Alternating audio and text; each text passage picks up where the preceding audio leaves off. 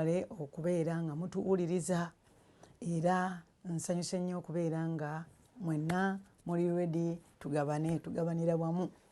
Era amannya gange ndi Mei Kawaala wano ndi musumba owa Healing Outreach Church era nga tukyaliko Zoom mu biseera bino era tujja kubeera nga tubategeeza ku ground we tuli naye nga twebaza Katonda kubanga atuwadde ekisa ekirungi. Era njagala okubeera nga mbeyanjulira Mukama yeebazibwe. Olwaleero tuyina ekyawandiikibwa kyaffe kigenda kuva mu Matayo 26 naye ng'omutwe gwaffe guli nti kyandibadde kirungi era kya muwendo okubeera nga tugabana ku ebyo Katonda byakoze ki byatukoledde. Oyinza okugamba nga tubigabana tutya, nfunye ekirabo kyange ng'ate nzira mu kigabana na muntu. Okugaba okusharinga mu luzungu, okugabangako oba okutegeeza ku bikulu Katonda byakukoledde. Oba bw'olabako awali ekirungi n'olaba nga kikugasizza n'ogamba sijja kulya nzekka naye kambeereko ne gwentegeeza, kambeereko ne gwempaako. Oba ofunye ekintu ekirungi n'ogamba nedda awali wokka omukisa nze ku kino kyenfunyeeko kwe kumenyaamenyamu ate nempaako ne munnange. Naye waliwo ebigambo ebirungi bye twagala okugabana nga tulaba ekifaananyi kya Yesu. Nga tetunagenda kusoma byawandiikibwa tulaba nga Yesu yatambulanga ng'asaasaanya amawulire amalungi. Amawulire amalungi okuva eri kitaawe. Ebigambo bya Yesu binyuma nnyo era nga bwe tunaaba nga tetunabagenda mu kyawandiikibwa ekyo tujja tumanye Yesu y'ani. Yesu ye mwana wa Katonda. Katonda ye yennyini gwe yatweweera. Tubadde bino ebiro era tugabana omutwe gwe tulina omwezi guno ogw'omunaana gwego. Katonda yatuluŋŋamya n'agenda ng'atuwa mutwe ku mutwe era bwe tutuuka tubeera ne okusaba okw'ekiro buli nkomerero y'omwezi.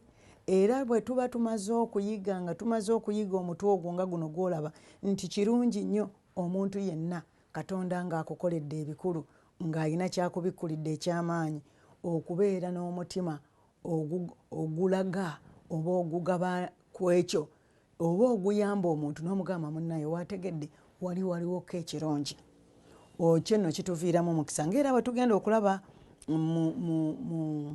mu kyawandiikibwa kino ekya26 tugenda kusoma ffenna ebigambo ebirala byonna tujja kubigabana wano wamu.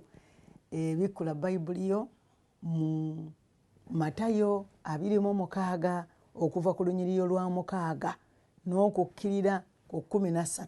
Wuliriza bulungi, agamba bw'ati: naye Yesu bwe yali mu Besaniya mu nju ya Simoni omugenge, omukazi n'ajja gy'ali eyalina eccupa ey'amafuta ag'omugavu ag'omuwendo omungi ennyo, n'amufuka ku mutwe ng'atudde alya. Olw'omunaana lugambye bwe luti: naye abayigirizwa bwe baalaba ne banyiiga ne bagamba nti gafudde ki gano? Ago amafuta omukyalo oyo yajja n'agafuka ku mutwe gwa Yesu. Kye baali babuuza ne bagamba gafudde ki gano? Olw'omwenda lugambye bwe luti: kubanga gano singa gatundiddwa gandivuddemu ebintu bingi okuwa abaavu. Gandivuddemu ebintu bingi okukola ki? Okuwa abaavu.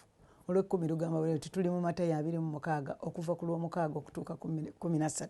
Kati ngenda kulayina ey'ekkumi tugendere wamu. Naye Yesu bwe yategeera n'abagamba nti, munakuwaliza ki omukazi? Kubanga ankoze ekigambo ekirungi. 11 agambye bw'ati mu Matayo 26 kati tuli ku 11. Kubanga abaavu be muli nabo bulijjo. Oyo Yesu yayogera. Naye temuli nange bulijjo. 12 n'egamba nti kubanga bw'afusa amafuta gano ku mubiri gwange anziraze okunziika. Oyo Yesu nno yayogera ebyo ebigambo. 13 n'egamba bw'eti Yesu ng'ayogera n'agamba, mazima mbagamba nti enjiri eno buli gyeneebuulirwanga mu nsi zonna, n'ekyo omukazi ono kyakoze kinaayogerwangako okumujjukira. Wuliriza ebigambo ebirungi ebiri mu Matayo 26 okuva ku lunyiriri olw'omukaaga okutuuka ku lunyiriri olw'13. Tulabye nga Yesu ali mu Besaniya mu maka ag'omusajja ayitibwa Simoni, omusajja omugenge. Naye kati wano obuuza, Yesu yandinonye ki mu nnyumba y'omugenge? Tulaba Yesu omwana wa Katonda ye yatambulanga ng'ayingira wonna.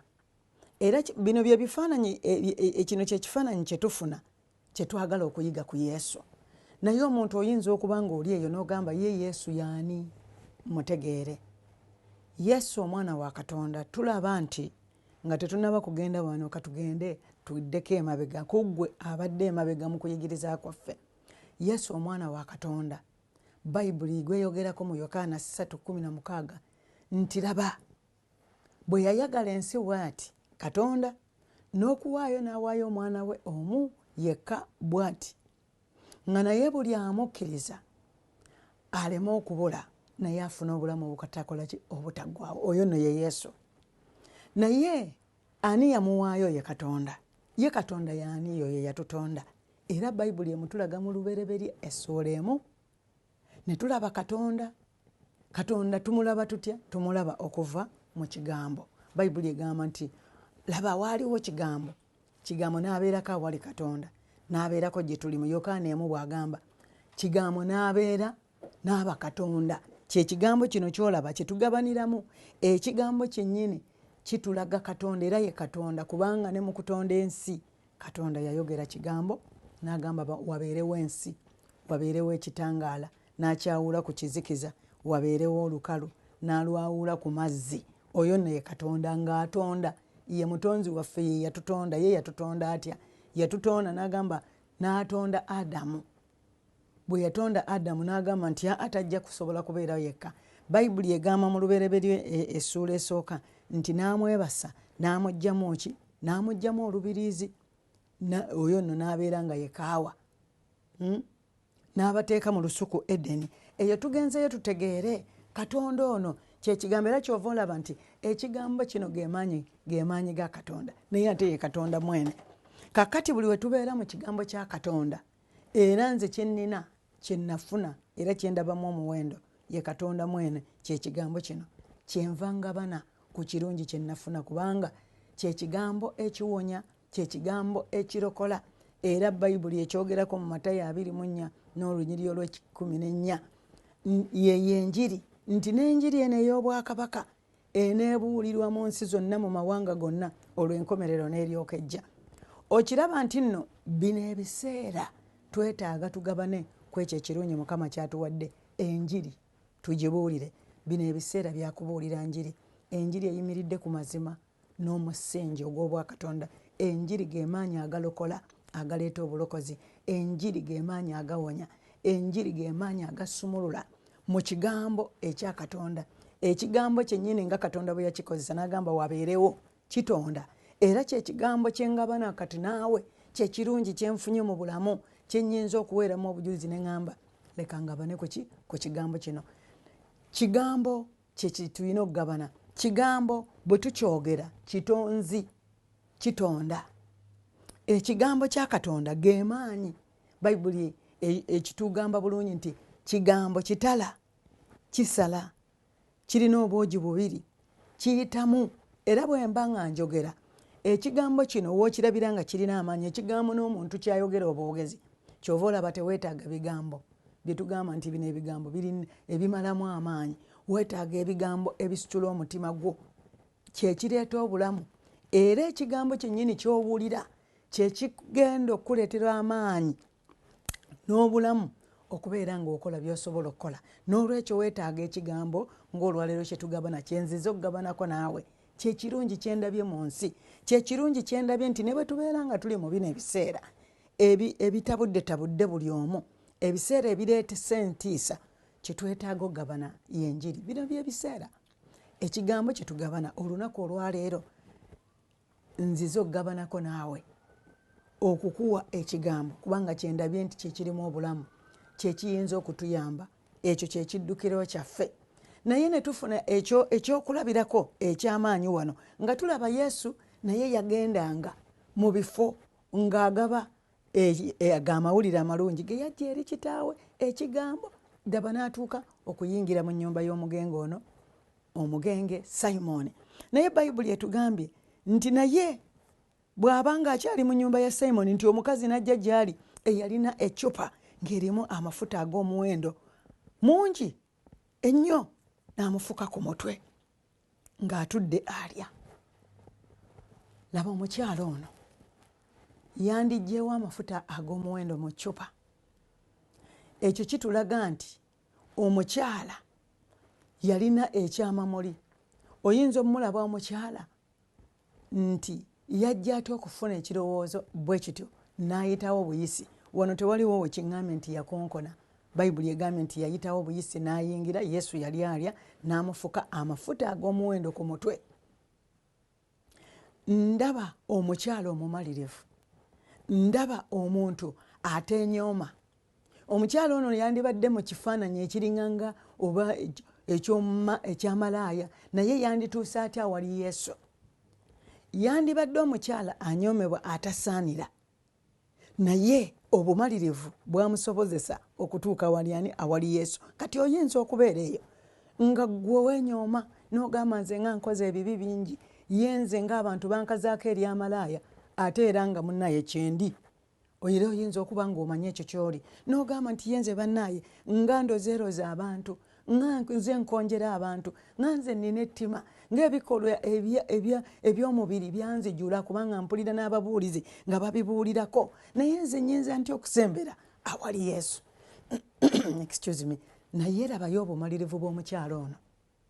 Tewaliwo wekiŋŋambye nti ono omukyala yali mutuukirivu kubanga Bayibuli ejjayo ekigambo nga bwe kibeera naye omukyala yamalirira n'ayitawo n'ajja n'ekirowoozo eky'okugaba ku ekyo kye yalina. Yajja n'eccupa erimu amafuta ag'omuwendo omungi n'agafuka ku mutwe gwa Yesu. Siraba nawo we yasabira Yesu nti Yesu oyinza okunzikiriza nfuka amafuta guno ku mutwe gwo. Yajja. Mukama atwetaaza obumalirivu. Obumalirivu butuwanguza. Buli lw'omalirira mu kintu kyonna kyonna ky'okola n'omalirira. Wano sirabyewo mukyalo ono gwe yeebuuzaako. Ebiseera ebisinga bwe tuba tulina ebintu bye tugenda okukola eby'omuwendo twebuuza ku bantu. Naye mu bantu be twebuuzaako oyinza okusangawo omu bw'ati n'akuwa ekikuwagira nti genda mu maaso, olina vision nnungi, olina ekigendererwa kirungi. Abasinga ku abo abasatu oba mu ttiimu gy'olina ne bw'oyita ab'omukwano abakwetoolodde abasinga bagamba ogenda kusobola ekyo. Naye nga nze sikulabamu busobozi obwo kubanga omuntu bw'akulaba ebweru abantu batulabira bweru, alabira ku kava naye nga tamanyi kiri mu kitabo. Okiwulira? Naye obumalirivu bwo ekyo ekiri munda mu ggwe kiragibwa bikolwa. Ekiri munda mu nze ebikolwa ebiri ebiraga ggwe. Ekiri munda mu ggwe kiragibwa kigambo ekiva mu ggwe. Ekiri munda mu ggwe ebikolwa bikiraga nnyo. Naye ng'ate ebigambo oluusi tubyogera naye nga ebikolwa tekuli. Naye ebikolwa biraga nnyo omukwano. Ebikolwa biraga nnyo ekigendererwa. Ebikolwa byo bye bigenda okulaga ekigendererwa lwaki okola ekyo ky'okola. Ebikolwa byo bye bigenda okulaga lwaki ddala otambula n'omuntu oyo. Ebikolwa byo bye biraga ekigendererwa ky'oba oweereza ddala Katonda mu mazima ne mu mwoyo oba oyinako etageti gy'oliko. Kale ebyawandiikibwa bino nga birungi abooluganda. Omukyala yamalirira teyeenyooma. Oyinza okubeera eyo nga ggwe weeraba ng'okoze ebibi bingi naye olunaku luno Yesu agamba nti malirira. Okusinziirako, okumalirirako, confidence gy'oyina mu ggwe, obumalirivu bwo bwe bugenda okutuusa ku buwanguzi. Oyinza okuba waliwo ebintu bingi by'obadde opulaninze ng'oyagala obikola naye bangi nnyo be weebuuzaako naye ekikwewuunyisa weebuuza ne kwabo abatalinawo ne kye bakoze abatya n'okubeerako bye bakola. Okiwulidde? Kaakati omuntu alinga bw'ati agenda kukuyamba atya? Oyina okumalirira katonda bw'aba akuwadde ekyokukola malirira weeveemu otandike okukola ky'olina okukola. Mukama bw'aba akuyise malirira yemuka otandike okutambuza ekigambo kya katonda, kubanga ebiro bino waliwo ennyonta nnyingi. Abantu baagala okuwulira ekigambo kya katonda ekivudde mu bayibuli. Soma bayibuli, yogera, kubanga ekigambo kya katonda ge maanyi. Somera ddala ekyawandiikibwa nga bw'okiraba, yogera, ago ge maanyi. Togattako bibyo ebitali byo, naye soma ekigambo kya katonda, yogera nti kale katonda bw'atyo bwe yayagala ensi n'okuwaayo n'awaayo omwana we nga buli amukkiriza aleme okubula naye afune obulamu obutaggwaawo, nti n'ebigambo bino eby'obwakabaka bigenda kubuulirwa amawanga gonna, enjiri erina okubuulirwa n'enkomerero n'eryoka ejja. Kakati gwe bw'owulira ebigambo bwe biti olinda ki? Kubanga otudde olowooza nti waliwo ababimanyi obibuulira okusinga ggwe, naye ekyo ky'olina ekiringa akasigo akakaladaali, ekyo ekiri mu ggwe, amagezi agali mu ggwe, ebyo byokola ebiri mu ggwe, ensi ebyetaaga. Golokoka olunaku olwaleero ng'owulidde ebigambo bino, ogabe ku ekyo ekiri mu ggwe. Kyova olaba nti bulijjo bwe tuba tusheyaringa. Mu Timotheo awo waliwo ekyawandiikibwa ekigamba nti kale katonda yatuyitira obutukuvu, yatutondera, yatuyitira ekigendererwa, yatuyitira obutukuvu olw'ekisa kya Yesu, emirembe n'emirembe nga teginnabakola ki? Kubeerawo. Okiraba Mukama bw'aba yakuyitira ekigendererwa, kitegeeza nti olina kumulindirira ye, n'oteeka obulamu bwo ku ye, n'omugamba Mukama wampita kukola ki? Oyagala nkola ki? Okimanyi nti ebiseera byonna lwaki tutawaana, lwaki twekoolobezza, lwaki ebintu ebimu bitambula biyiika? Kubanga tulowoozezza nti ffe tulina amaanyi agasinga ki? Agasinga aga Katonda. Naye ye Mukama agamba nti mbuuza ebikwata ku mulimu gwange, ndagira. Atugamba na kumulagira, era ezo ze ssaala, okwo kwe kusaba kwe tulina n'okukozesa. Mukama waŋŋamba nti ebikwata ku mulimu gwo nkulagire, ndi wano Mei, nkulagira Mukama ngenda okubuulira enjiri. Gwe koola Mukama, kubanga gwe kigambo, ate ekigambo kyembuulira. Nkusabye bino byonna nga mpita mu linnya erya Yesu Kristo Mukama waffe, amiina. Period. Katonda bw'atyo bw'akola. Yogera mu bigambo ng'eddoboozi Katonda bw'alikuwadde. Gaba ku ekyo ekiri mu ggwe. Katonda akuwadde amagezi. Katonda yakutondera ekigendererwa. Bw'atyo bwe yakutonda, bw'atyo bwe yayagala olabike bw'otyo, otunule bw'otyo, naye n'akulungamu kye yakuteekamu kyayagala, kubanga lwakigendererwa. Kasita onoomala gwe mubuuze. Kyava atugamba mu ngero 3 n'olunyiriri olw'omukaaga nti eŋŋendo zaffe tuziyiringisenga ku ye, naye anaatulaganga amakubo amatuufu. Oba oli awo eŋŋendo zo ozeekwatiddemu. Awo njagalawo nnyo kubanga ava ku lunyiriri olw'okutaano mu ngero 3:5 nti kale tumwesige ye, ate tuleme kwesigama ku magezi gaffe. Kakati buli we neesigama ku magezi agange, ebintu ne mbikola mu ngeri yange, kweko okwekoolobya ng'abaana ba Isirayiri kwe beekoolobya ennaku 40 nga tebatuuka. Oyinza okubeera nga by'osiba bye biyiika, naye ng'oli ku magezi go, kubanga omanyi gwe asooka ate gwe osembayo, gwe mukyala asooka ate gwe osembayo, gwe first lady ate gwe last lady. Naye Bayibuli etugamba nti Katonda ye Alpha ne Omega, ye yasooka era ye nkomerero. Kati ekitegeeza nze ng'omuntu sinze nsooka era sinze nsembayo, ne bwe mba ndi mu nsi ndiwo lwa kisa kya Katonda. Ayagala tubimusindiikiririze, tubimuwe, tubimukwase. Ayagala tumujeemulukukire, era bw'ayogera mu Peetero 1:4 nti kale tujeemulukukire nga Katonda, tulwane n'omulabe Sitaani naye anaakola ki? Anaatuddukanga. Ebyo byonna byalagidde mu kigambo ayagala tubikole, naye tunaabikola tutya? Nga twevuddemu. Twetaaga okwevaamu, twetaaga obumalirivu ng'obw'omukyalo ono eyafuka amafuta ku mutwe gwa Yesu. Wuliriza bulungi. Agambye nti naye omukazi ono n'ajja gy'ali eyalina eccupa ey'amafuta ag'omugavu ag'omuwendo omungi ennyo, n'agafuka ku mutwe gwa Yesu ng'atudde alya.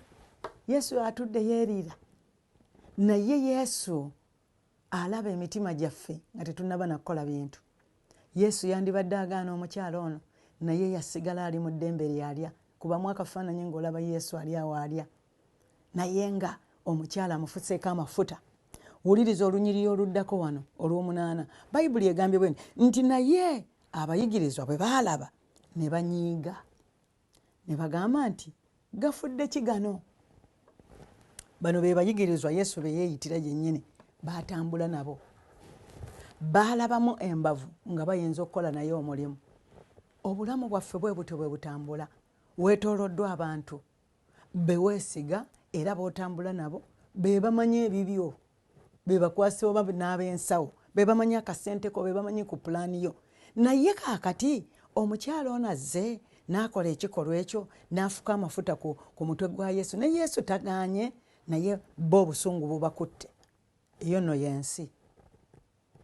Gw'oyinza okulowooza nti buli akwetoolodde ayagala ky'okola, asanyuka nnyo ebyo byonna by'okoze. Kyova olaba ekyawandiikibwa, kankuzzeeyo kiwandiike ngero 3-5. Mulimu ebigambo bingi nnyo ebigamba zimusanze oyo akola ki? Eyeesiga omuntu. Obulamu buno bukaluubiridde nnyo abantu, butukaluubiriza nnyo buli lwe tuddira obulamu bwaffe bwonna ne twesiga abantu. Naye Katonda yalaba omuntu, era kyova olaba nti bano bayigirizwa nabo atambula nabo, naye ategeera emitima gyabwe. Agitegeera ati, awuliriza wano olw'omwenda. Kubanga gano singa gatundiddwa, abayigirizwa baali bakyayogera ne mu lw'omwenda, naye olw'omunaana lugambye bweno, bano be bayigirizwa. Naye abayigirizwa bwe baalaba ne banyiiga ne bagamba nti gafudde ki gano? Kubanga gano singa gatundiddwa gandivuddemu ebintu bingi okuwa abaavu.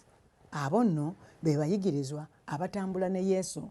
Eyo ye gundi gye balina y'endowooza yaabwe. Naye sooka owulirize olw'ekkumi ate tulabe kiki kye tuyigamu. Naye Yesu bwe yategeera n'abagamba nti munakuwaliza ki omukazi? Kubanga ankoze ekigambo ekirungi. Wano tuyigawo ebigambo bingi. Nkutegeezezza wali nti leka tuyige kino. Tolowooza nti buli agamba nti weebale oba nsanyuse nnyo oba olabika bulungi oba oli mukwano gwange oba w'oligwa wendigwa nti ekyo bwekityo bwe kiri. Bano basajja baali ne Yesu naye tebaasanyuka ng'omukazi aleese amafuta ag'omugavu n'agafuka ku mutwe gwa Yesu. Naye ng'ate olaba Yesu agamba, Yesu yagamba mu lwa 12 nti kubanga bw'afusa amafuta gano ku mubiri gwange anziraze okunziika. Naye waliwo munakuwaliza ki omukazi kubanga nkoze ekigambo ekirungi. Kitegeeza nti Yesu yakoonamu. Omukazi yakola ekigambo ekirungi. Omukazi yaggyayo eccupa ey'omugavu, ayinza n'okuba nga kyekyo ekirungi ekyebbeeyi ekyali mu nju ye, naye kye yaggyayo n'ajja n'agabira Yesu. Omutwe gwaffe gugamba nti owooluganda oyinza okukwata ku kirungi ky'olina, ky'owulira, ky'oyagala, ekitali kikadde, ekitali ekyadiba ekibadde kikubwa enkuba ebweru, naye n'okwatira ddala ku kirungi ekyo kye wafuna n'okigaba. Ebintu ebyo birungi nnyo okusiga ne mu kkanisa. N'olaba ng'oli mu kkanisa omusumba waakola nga tolinda musumba gamba bane tuweeyo, leero tugenda mu njiri gindi, tujja kwetaaga okgenda, ate tugenda kugaba ebintu. Omusajja n'abeera wali ng'alaajana. Era abamu ku bo banyiiga ng'abayigirizwa bwe banyiiga. Bangi nnyo mu kkanisa osanga ekibiina, awa pasita, awa maani, mami, maama musumba. Naye nga omusumba n'amala ayimirira n'agamba abooluganda, ekizimbe kino kitubanja, twetaagayo ssente, twagala okugula obutebe wano tebutumala, twagala okugula ebyuma, tugenda mu njiri. Omuntu yenna ayagala okuwagira omulimu gwa Mukama, bannaaye twagala okuwagira. Abamu batokooterera era abamu bagamba omusajja ayagala ssente oyo, omukazi oyo ayagala ensimbi. Naye omukyalo ono yaggyayo ku ekyo eky'omuwendo, amafuta ag'omuwendo, n'agaba ku kye yalina okuva mu nju ye. Yalina obumalirivu, yalina okwagala Yesu, kubanga omuntu akwagala akuwa ekyebbeeyi, atoolera ddala kiri kyayagala kyennyini. Lwaki bwe kityo bwe kiri? Bwe tulabira ddala ku nsibuko ey'obwakatonda, Katonda bw'atyo bwe yayagala ensi mu Yokaana 3:16 n'okuwaayo n'awaayo omwana we omu yekka bw'ati Yesu. nga buli amukkiriza aleme okubula naye afune ki obulamu obutaggwaawo. Katonda yamanya nti kino kyekikolwa kyokka kyokka ekyokwagala ennyo omuntu okumugula nate okumuggyayo, kubanga ku ntandikwa ya Adamu bwe yamala okulemererwa n'ayonoona ne bakola ekibi ne Kaawa, ate Katonda addamu n'agamba nti kampeeyo omwana wange ono ka asasule omutango ayiwe omusaayi guno gwe gugenda okubagula, era nga buli amukkiriza tabula wabula afuna obulamu.